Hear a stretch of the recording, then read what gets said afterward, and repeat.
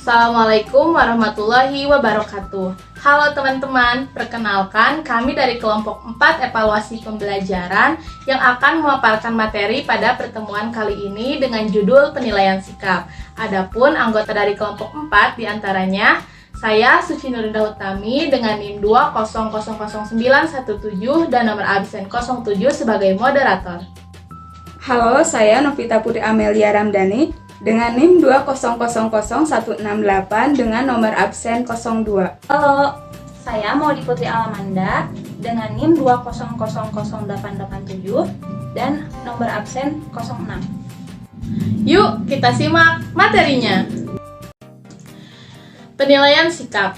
Penilaian merupakan bagian integral dalam sebuah proses pembelajaran. Selain itu, memberikan umpan balik atau feedback bagi siswa, penilaian juga digunakan sebagai dasar untuk menentukan kegiatan belajar selanjutnya dan untuk mengetahui keberhasilan dari sebuah program pembelajaran.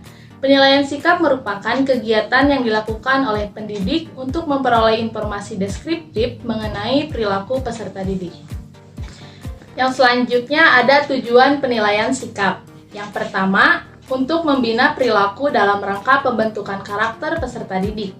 Yang kedua, untuk mengetahui tingkat perubahan tingkah laku anak didik yang dicapai antara lain diperlukan sebagai bahan bagi perbaikan tingkah laku anak didik, pemberian laporan kepada orang tua, dan penentuan lulus tidaknya anak didik.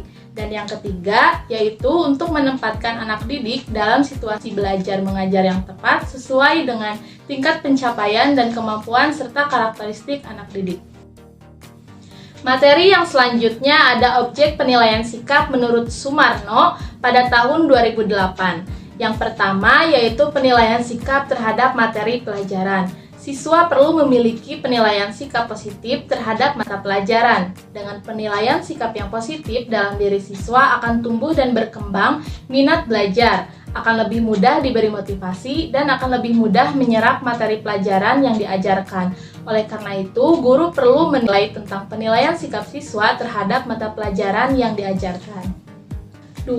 Penilaian sikap terhadap guru atau pengajar. Siswa perlu memiliki penilaian sikap positif terhadap guru yang mengajar suatu mata pelajaran.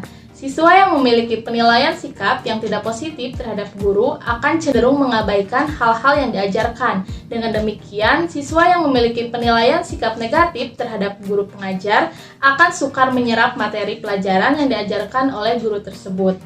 Dan yang ketiga, yaitu penilaian sikap terhadap proses pembelajaran. Siswa juga perlu memiliki penilaian sikap positif terhadap proses pembelajaran yang berlangsung. Proses pembelajaran di sini mencakup suasana pembelajaran, strategi, metodologi, dan teknik pembelajaran yang digunakan. Tidak sedikit siswa yang merasa kecewa atau tidak puas dengan proses pembelajaran yang berlangsung, namun mereka tidak mempunyai keberanian untuk menyatakan.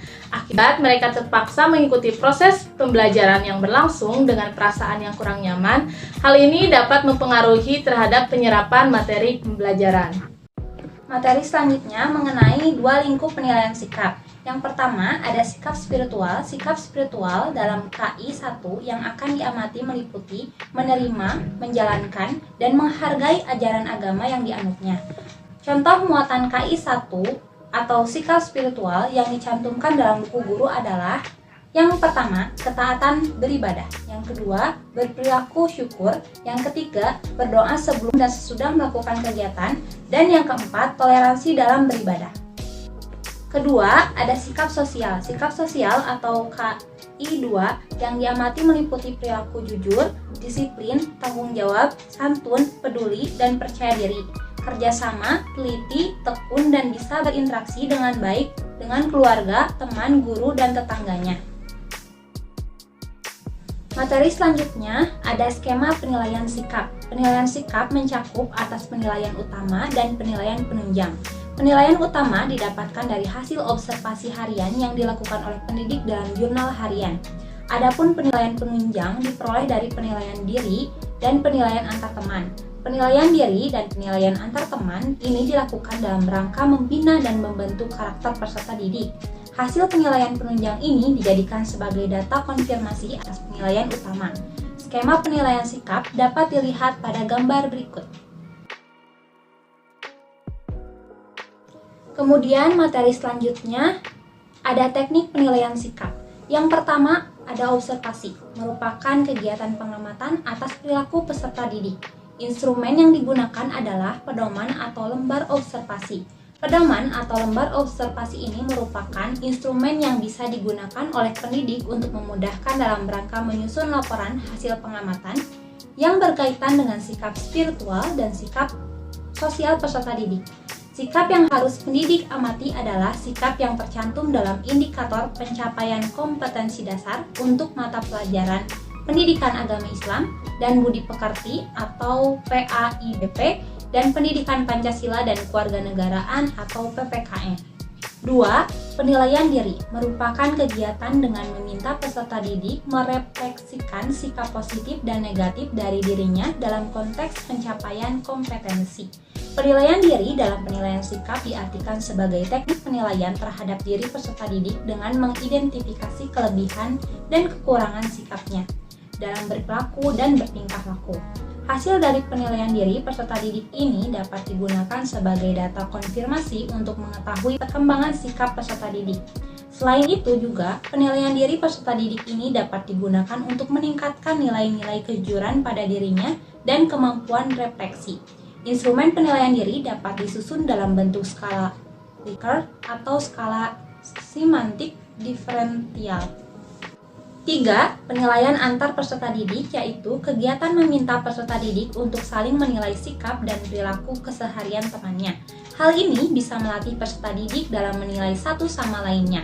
Instrumen yang dapat digunakan adalah daftar cek atau skala penilaian atau bisa disebut dengan rating scale dengan teknik sosiometri berbasis kelas. Selain itu, penilaian antar peserta didik juga bisa digunakan untuk menumbuhkan atau meningkatkan beberapa nilai seperti kejujuran, respect, dan saling menghargai. Keempat, jurnal. Jurnal merupakan catatan pendidik di dalam dan di luar kelas yang memuat informasi berdasarkan pengamat atas peserta didik yang berisi informasi hasil pengamatan tentang kekuatan dan kelemahan siswa yang berkaitan dengan sikap dan perilakunya. Kelebihan yang ada pada jurnal adalah peristiwa atau kejadian dicatat dengan segera. Dengan demikian, jurnal bersifat asli dan objektif dan dapat digunakan untuk memahami siswa dengan lebih tepat. Sementara itu, kelemahan yang ada pada jurnal adalah reliabilitas yang dimiliki rendah, menuntut waktu yang banyak, perlu kesabaran dalam menanti munculnya peristiwa sehingga dapat mengganggu perhatian dan tugas guru. Apabila pencatatan tidak dilakukan dengan segera, maka objektivitasnya akan berkurang. Terkait dengan pencatatan jurnal, maka guru perlu mengenal dan memperhatikan perilaku siswa baik di dalam kelas maupun di luar kelasnya. Aspek-aspek pengamatan ditentukan terlebih dahulu oleh guru sesuai dengan karakteristik mata pelajaran yang diajarkan. Aspek-aspek pengamatan yang sudah ditentukan tersebut kemudian dikomunikasikan terlebih dahulu dengan siswa di awal semester. Dalam penilaian sikap, setiap peserta didik diasumsikan memiliki perilaku baik. Adapun perilaku yang ditemukan selama pembelajaran dan di luar pembelajaran, baik itu perilaku yang baik atau perilaku yang memerlukan bimbingan ditulis dalam jurnal harian. Apabila jika tidak ditemukan catatan perlu dibimbingan, maka peserta didik tersebut dapat dikategorikan berperilaku baik. Peserta didik dengan perilaku sangat baik diberikan penghargaan dan peserta didik yang berperilaku kurang baik diberikan pembinaan. Hasil penilaian sikap diolah menjadi laporan deskripsi sikap yang dituangkan dalam raport peserta didik. Hasil penilaian sikap perlu dilaporkan kepada orang tua dan pemangku kepentingan sekurang-kurangnya 2 kali dalam 1 semester. Berikut contoh teknik dalam penilaian sikap. Materi selanjutnya mengenai perencanaan penilaian sikap. Perencanaan penilaian sikap mengacu pada KI 1 dan KI 2. Sikap yang akan dinilai oleh pendidik direncanakan dan ditetapkan sesuai dengan kegiatan pembelajaran. Dalam penilaian di luar pembelajaran, pendidik mengamati sikap peserta didik yang muncul secara natural. Berikut merupakan langkah dalam perencanaan penilaian sikap. Yang pertama, menentukan sikap yang akan diamati yang mengacu pada KI 1 dan KI 2. Yang kedua, menentukan indikator sikap. Yang ketiga, menyusun format penilaian sikap. Nah, kemudian berikut contoh format yang dapat digunakan untuk penilaian sikap.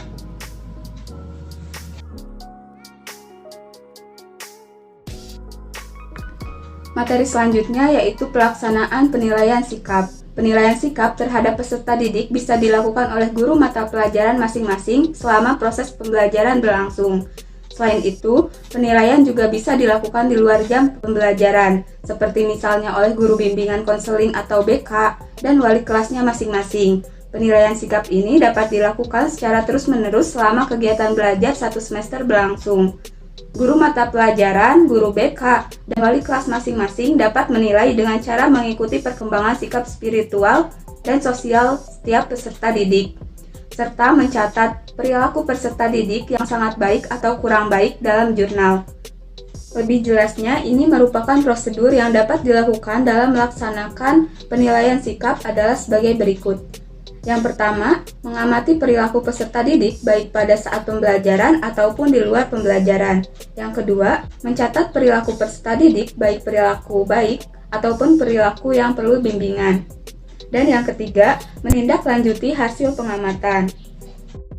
Selanjutnya, pengolahan penilaian sikap. Hasil penilaian sikap direkap oleh pendidik minimal 2 kali dalam 1 semester. Rekapitulasi hasil dari penilaian sikap kemudian dibahas dan dilaporkan dalam bentuk deskripsi nilai sikap peserta didik. Secara sistematis, berikut merupakan langkah-langkah yang ditempuh dalam menyusun deskripsi nilai sikap. Langkah yang pertama, guru kelas, guru mata pelajaran, dan guru BK mengelompokkan atau menandai catatan sikap peserta didik yang ditulis dalam jurnal. Langkah yang kedua, guru kelas membuat rekapitulasi atau rumusan deskripsi singkat mengenai sikap peserta didik dalam jangka waktu tertentu. Yang ketiga, guru kelas mengumpulkan dan menyimpulkan rumusan deskripsi capaian sikap spiritual dan sosial peserta didik. Dan langkah yang keempat, pelaporan hasil penilaian sikap tersebut disimpan dalam bentuk predikat dan deskripsi.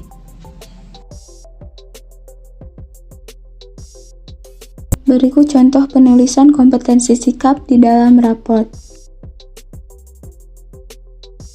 Materi selanjutnya, pemanfaatan dan tindak lanjut hasil penilaian sikap. Perilaku sikap spiritual dan sosial setiap peserta didik yang diamati dan dicatat dalam jurnal guru, wali kelas maupun guru BK harus menjadi dasar untuk terlaksananya tindak lanjut oleh pihak sekolah. Apabila perilaku peserta didik yang kurang masuk ke dalam sikap spiritual maupun sikap sosial, tindak lanjut berupa pembinaan terhadap peserta didik dapat dilakukan oleh semua pendidik di sekolah. Sekian materi yang dapat kelompok kami paparkan. Kurang lebihnya mohon maaf dan semoga materi yang kelompok kami paparkan bisa bermanfaat bagi teman-teman semuanya. Terima kasih dan wassalamualaikum warahmatullahi wabarakatuh.